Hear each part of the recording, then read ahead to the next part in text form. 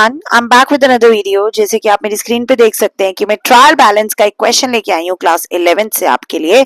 तो आइए trial balance chapter को कंटिन्यू करते हुए हम इसको फटाफट से यहाँ पे ट्रायल बैलेंस बना के देखते हैं कि कैसे बनेगा इस क्वेश्चन में। You don't have to forget कि आपको फॉर्मेट पे हमेशा काम करना है, क्योंकि हम अकाउंट्स की बात कर रहे हैं। Accounting is all about making a proper format for everything. तो मैं अभी भी वही कर रही हूँ कि आपके सामने आपसे बात करते करते आपको बताते बताते मैं साथ में ट्रायल बैलेंस का एक फॉर्मेट बना रही हूँ। तो आप देखिए, आपने सबसे पहले ट्रायल बैलेंस लिखना है। You don't have to forget that you have to write name of accounts, then you have to write LF, then you have to write debit amount, and then you have to write credit amount. Simple question है। Question different कैसे है कल के question से? आपसे यहाँ पे बस इतना कहा गया है कि the person has omitted to open the capital account. That means कि इसमें हमारा ट्रायल बैलेंस जब भी ऐसा लिखा होता है तो दैट मीन्स इस केस में मेरा जो ट्रायल बैलेंस है it is not going to match. ये मैच नहीं होगा डेबिट और क्रेडिट साइड, और जो भी मेरा बैलेंस बचेगा क्रेडिट साइड पे वो मेरे लिए मेरी कैपिटल का रोल प्ले करेगा। तो आइए जल्दी से सारी एंट्रीज को पुट करते हैं बिना टाइम वेस्ट किए। सबसे पहले मैंने लिया बैंक ओवरड्राफ्ट, और मुझे पता है कि आप सब जानते हैं कि बैंक ओवरड्राफ्ट हमारे लिए एक लायबिलिटी है, इसीलिए मैंने उसे क्रेडिट में रिकॉर्ड किया है। नेक्स्ट मेरे पास है सेल्स। सेल्स हम सबको पता है हमारे लिए एक रेवेन्यू है, इसीलिए मैंने उसको क्रेडिट में रिकॉर्ड किया है। परचेज रिटर्न की अगर मैं बात करूं, जैसे कि आपसे मैं बहुत बार अपनी वीडियोस में बता चुकी हूं कि परचेज हमेशा डेबिट होता है और परचेज रिटर्न हमेशा क्रेडिट होता है, इसलिए परचेज रिटर्न को जी क्रेडिट कर दिया। डेटर्स की अगर मैं बात करूं, बीइंग एन एसेट डेटर हमेशा डेबिट होगा। वेजेस की बात करूं, बीइंग एन एक्सपेंस हमेशा डेबिट होगा। कैपिटल की अगर मैं बात करूं तो कैपिटल मैंने लिख के यहाँ पे छोड़ दिया है, क्योंकि कैपिटल ही हमारी बैलेंसिंग फिगर होने वाली है।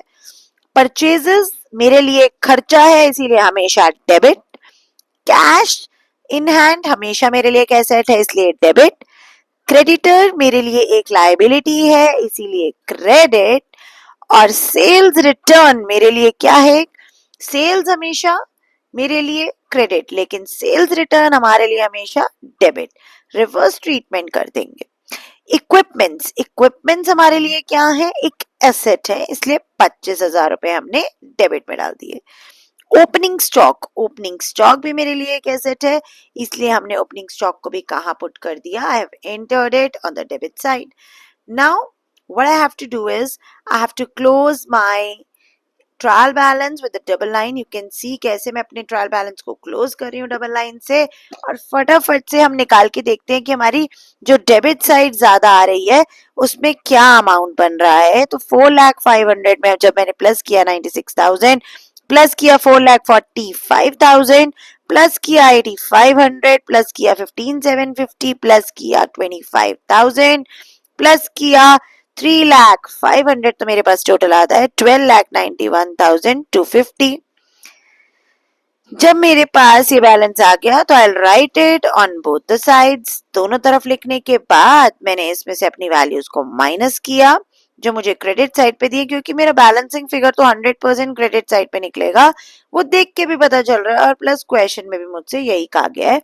और जैसे कि मैंने अपनी बैलेंसिंग फिगर कैलकुलेट की है तो मेरी बैलेंसिंग फिगर जो आ रही है वो आ रही है यहाँ पे 1,48,750, जो कि मेरे कैपिटल के आगे क्वेश्चन मार्क था, और वही कैपिटल जो है हमने यहाँ पे कैलकुलेट कर ली है। You can see that. I hope आपको समझ आया कि मैंने क्या किया है।